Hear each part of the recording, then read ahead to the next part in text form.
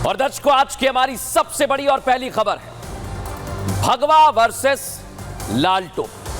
ये जंग उत्तर प्रदेश में शुरू हो चुकी है दर्शकों, और उपचुनाव के लिए समीकरण बदले जा रहे हैं। लेकिन इस कड़ी टक्कर का आज हमने पूरा एक्सरे किया है, आप कहीं मत जाइएगा, बताते हैं आपको। क्योंकि उत्तर प्रदेश में एक बार फिर चुनावी दंगल होने वाला है।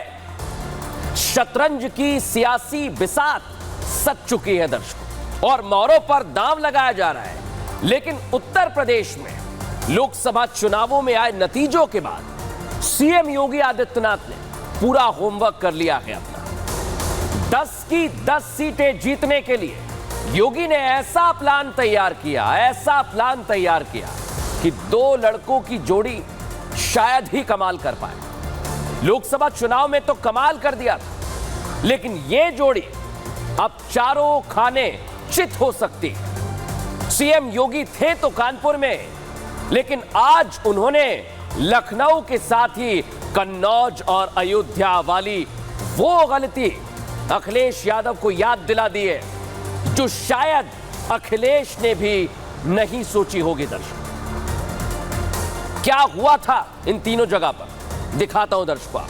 ये देखिए, योगी आदित्यनाथ ने लाल टोपी के कारनामे याद दिलाए। पहला कारनामा अयोध्या का। आपको पता है, मोहित खान समाजवादी पार्टी के सांसद अवधेश प्रसाद का करीबी रेप का आरोप लगा, योगी आदित्यनाथ ने कार्रवाई की। दूसरा कारनामा लखनऊ का। देखा था आपने बारिश में कैसे एक दंपत्ति को परेशान किया गया था। और तीसरा कारनामा कन्नौज का। यह भी सभा का करीबी रहा दर्शक, और इसलिए आज इनकी पूरी पोल पट्टी खोल दी है मुख्यमंत्री योगी आदित्यनाथ ने। लेकिन क्या कहा लाल टोपी के बारे में, सुनवाते हैं आपको। आपने जनादेश 5 वर्ष का दिया था, लेकिन आपको उपचुनाव का सामना करना पड़ रहा है। समाजवादी पार्टी प्रदेश के अंदर अराजकता पैदा करने की अपनी कुत्सित मंशा से आज भी जब भी उसको मौका मिलता है उस अवसर को वो जाया नहीं होने देती है। इनके इतिहास के पन्नों को लड़ते हुए आप जाएंगे तो बहनों और भाइयों, काले कारनामों से इनका पूरा इतिहास भरा पड़ा है। लाल टोपी है, लेकिन काले कारनामों के लिए लोग जाने जाते हैं। तो सुन लिया दर्शकों आप, लेकिन भगवा और लाल टोपी की जंग यहां रुकने वाली नहीं, क्योंकि इसमें जीत और हार की तमाम कोशिश की जाएगी, जंग लड़ी जाएगी। लेकिन योगी आदित्यनाथ ने पहला वार कर दिया है, वो इस रिपोर्ट में दिखाता हूं। नवाब ब्रांड लखनऊ में देखा कि गुंडे सड़क पर किस तरीके से बेटी को गिराने का कार्य करते हैं।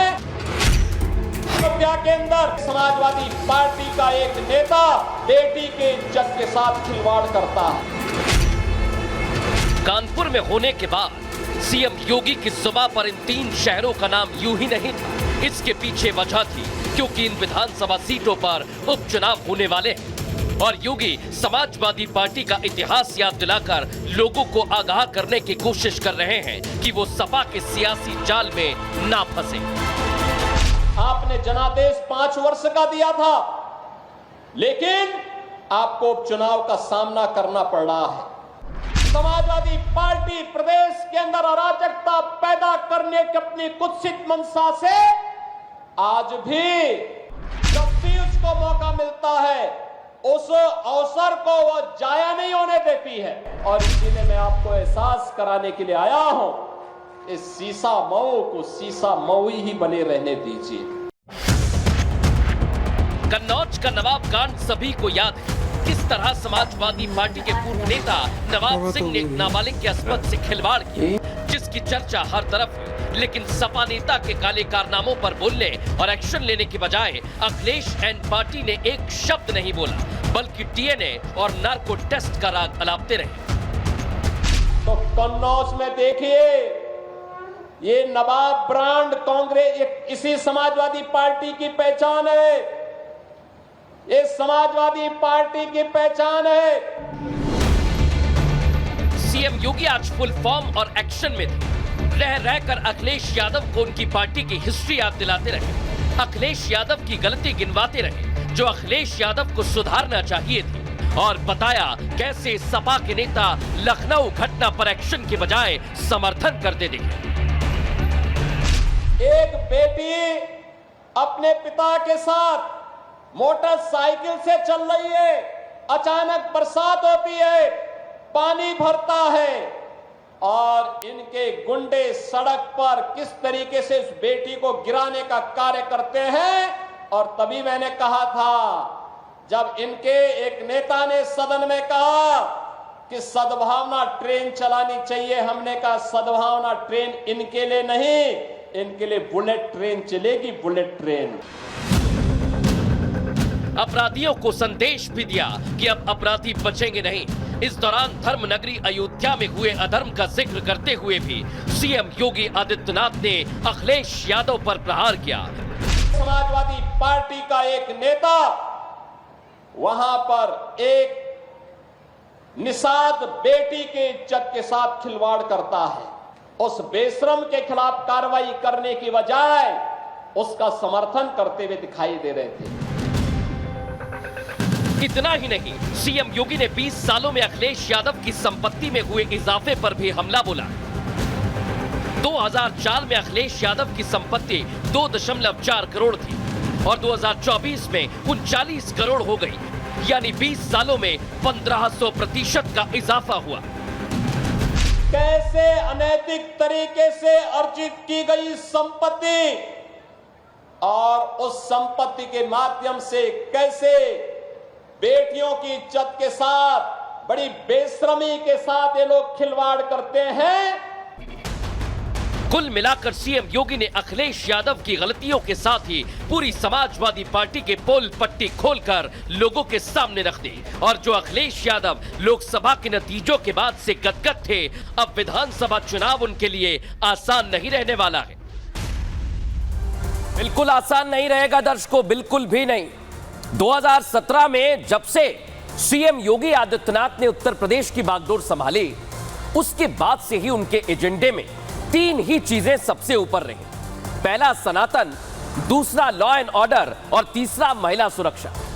पिछले 7 सालों में इन्हीं तीनों चीजों पर योगी सरकार ने काम किया और उत्तर प्रदेश की तस्वीर वो बदल रहे हैं। बीजेपी तो दावा करती है कि सपा सरकार में गुंडे बदमाशों को संरक्षण मिला हुआ था, सोच लीजिए आप।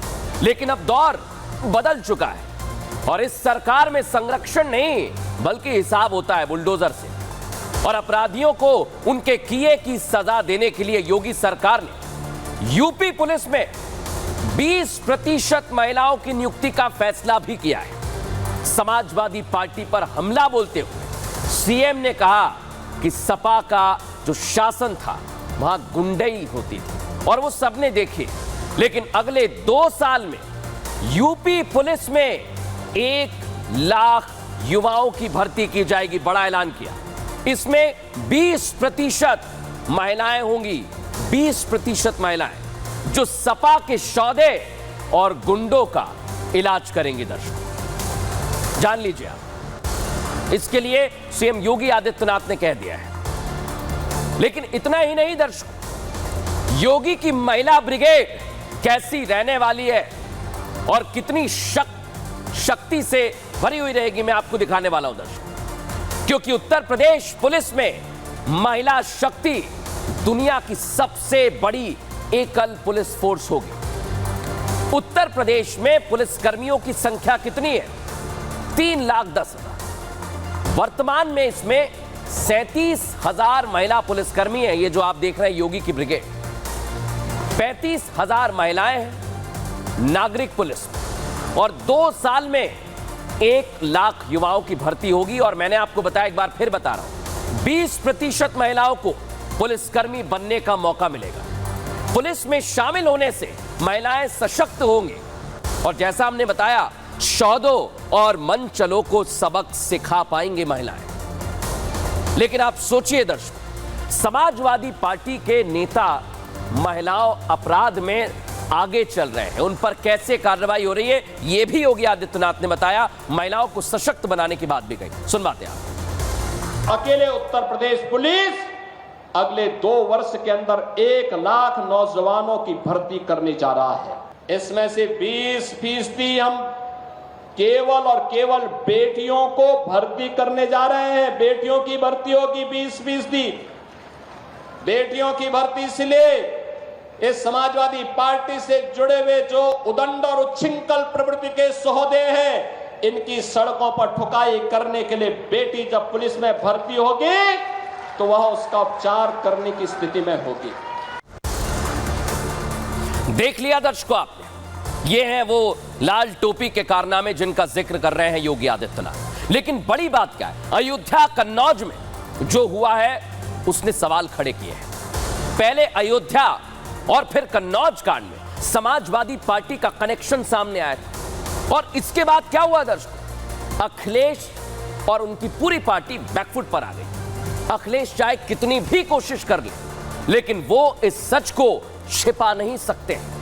शायद इसलिए दर्शकों, उपचुनाव के ऐलान से पहले ही समाजवादी पार्टी ने मजहबी पॉलिटिक्स शुरू कर दी। ये पूरा गेम ही पॉलिटिक्स का है। झूठा प्रोपेगेंडा फैलाया जा रहा है, सरकार के खिलाफ नैरेटिव सेट करने की कोशिश भी हो रही है।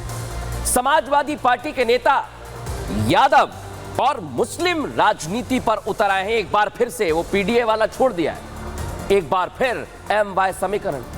समाजवादी पार्टी के नेता रामगोपाल यादव, जिनको मैं दिखा रहा हूं, अब उपचुनाव में धांधली होने का डर लगने लगा है उन्हें। पहले ही रामगोपाल यादव आरोप लगा रहे हैं कि बीजेपी BLO पद से यादव और मुस्लिम जाति के लोगों को हटा रही है और जिन लोगों की नियुक्ति की जा रही है वो जाति के आधार पर हो रही है। सोच लीजिए आप, ताकि उपचुनाव में धांधली हो जाए, ऐसे आरोप लगाए जा रहे हैं। इसे लेकर सपा चुनाव आयोग के दरवाजे तक दस्तक देने पहुंच गई है।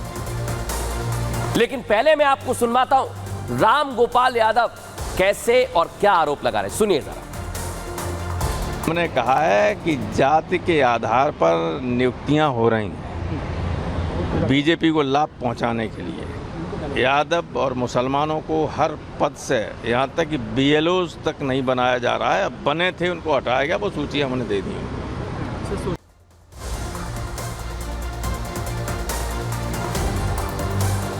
तो देख लिया दर्शकों आपने, लेकिन ये क्या हो रहा है समझ लीजिए। करहल सीट की बात कर रहा हूं, 1,30,000 मुसलमान हैं और यादवों की संख्या 20,000 है। यही समाजवादी पार्टी की रणनीति है। इतना ही नहीं, अगली सीट है मिल्कीपुर, यह अयोध्या की सीट है। यहां पर भी मुसलमानों की संख्या 35,000 है और यादवों की संख्या 65,000 है। यही समीकरण है जो बिगाड़ने की कोशिश की जा रही है। कटहरी, बड़ी बात क्या, 40,000 मुसलमानों की संख्या यहां पर है और यादवों की संख्या 22,000 है। इसलिए कहा जा रहा है दर्शकों, एक और सीट है जहां पर यही समीकरण देखने को मिल रहा है, वो है फूलपुर, जहां 50,000 मुसलमान है और 70,000 यादव। इन्हीं वोटर्स पर नजर है समाजवादी पार्टी की। इसलिए अयोध्या और कन्नौज की घटना पर कुछ नहीं कह रहे, कुछ भी नहीं बोल रहे हैं दर्शकों। लेकिन आप समझिए दर्शकों, कैसे एक के बाद एक निशाने साधे जा रहे हैं और एक दूसरे पर हमला किया जा रहा है। समाजवादी पार्टी और बीजेपी क्या कह रही है, सुनवाता हूं आपको।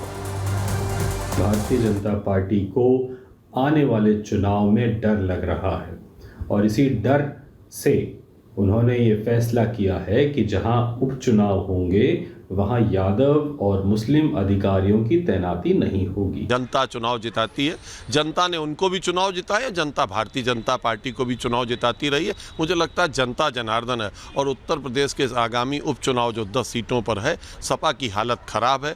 मुझे लगता है आपकी लोगों की आंखें खुल चुकी हैं कि आदित्यनाथ के नेतृत्व में आगामी 10 विधानसभा चुनाव में भारतीय जनता पार्टी को वोट देने के लिए कृत संकल्प है।